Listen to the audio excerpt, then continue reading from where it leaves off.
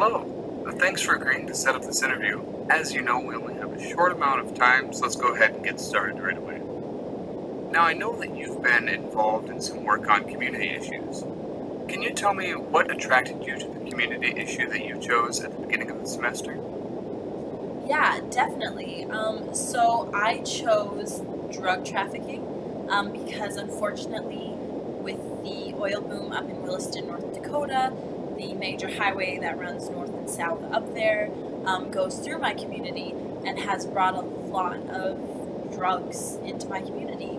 And I know that that was already a little bit of a problem. However, I know that the situation has since been exacerbated because of the drug trafficking highway. For example, I don't think meth would be as readily available to the citizens of my community as it is now if it were not for the drug trafficking highway.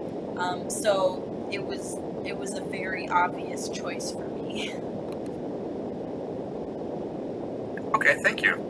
Now, your materials also said that you were involved in a community issue team project that focused on a call to action.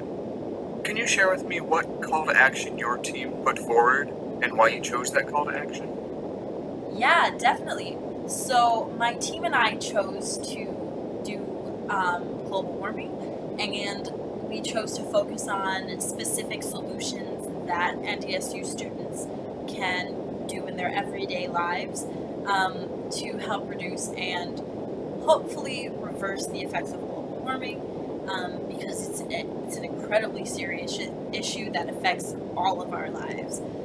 So we talked about, there's the good old just recycle. NDSU has a lot of recycling locations, a lot of recycling trash bins on campus, all around campus, that students can drop off their old Coca-Cola bottles or their old Snapple bottles, stuff like that. We also talked about how when the weather is not permissible for walking everywhere, they should use the MAP bus rather than driving their own cars, because the MAP bus is already emitting carbon into the atmosphere, and they don't need to add to that by driving their own cars when the MAP bus is free to us. We also discussed how they can support legislation, just call up their legislators and be like, hey, support the Paris Agreement, support the Kyoto Agreement, because it's legislation like that that's going to help put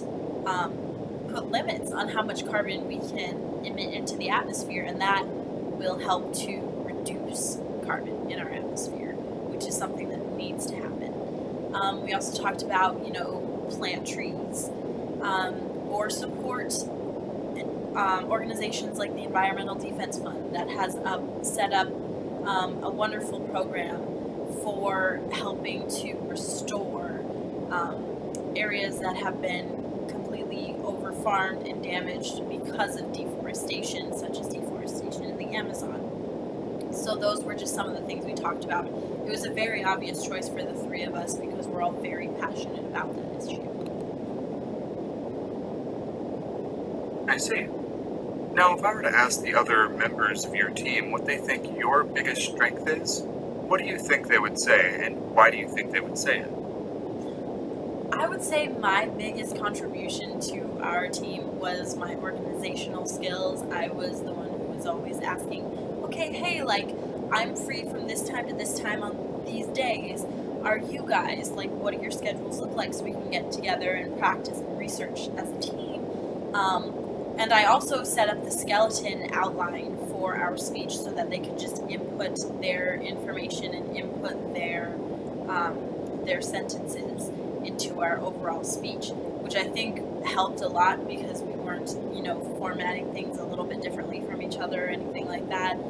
It just made things a little bit more cohesive. So I definitely think that that was a skill that I brought to the table. Okay, great. What for you was the most challenging thing about working with your team?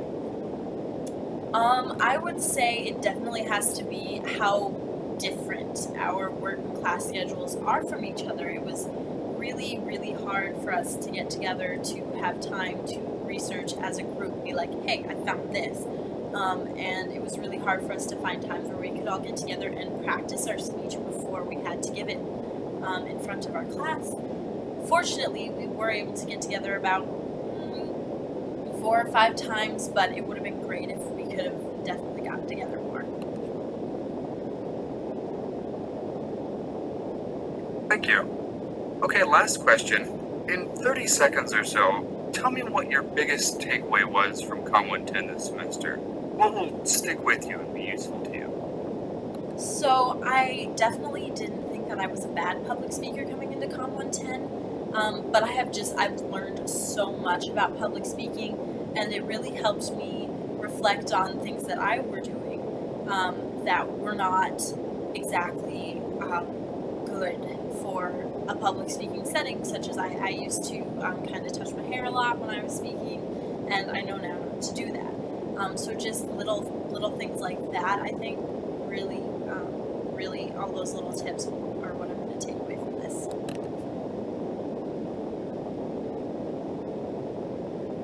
All right. Well, thank you so much for taking the time to talk with me. We'll probably be in touch with you in the next few weeks or so.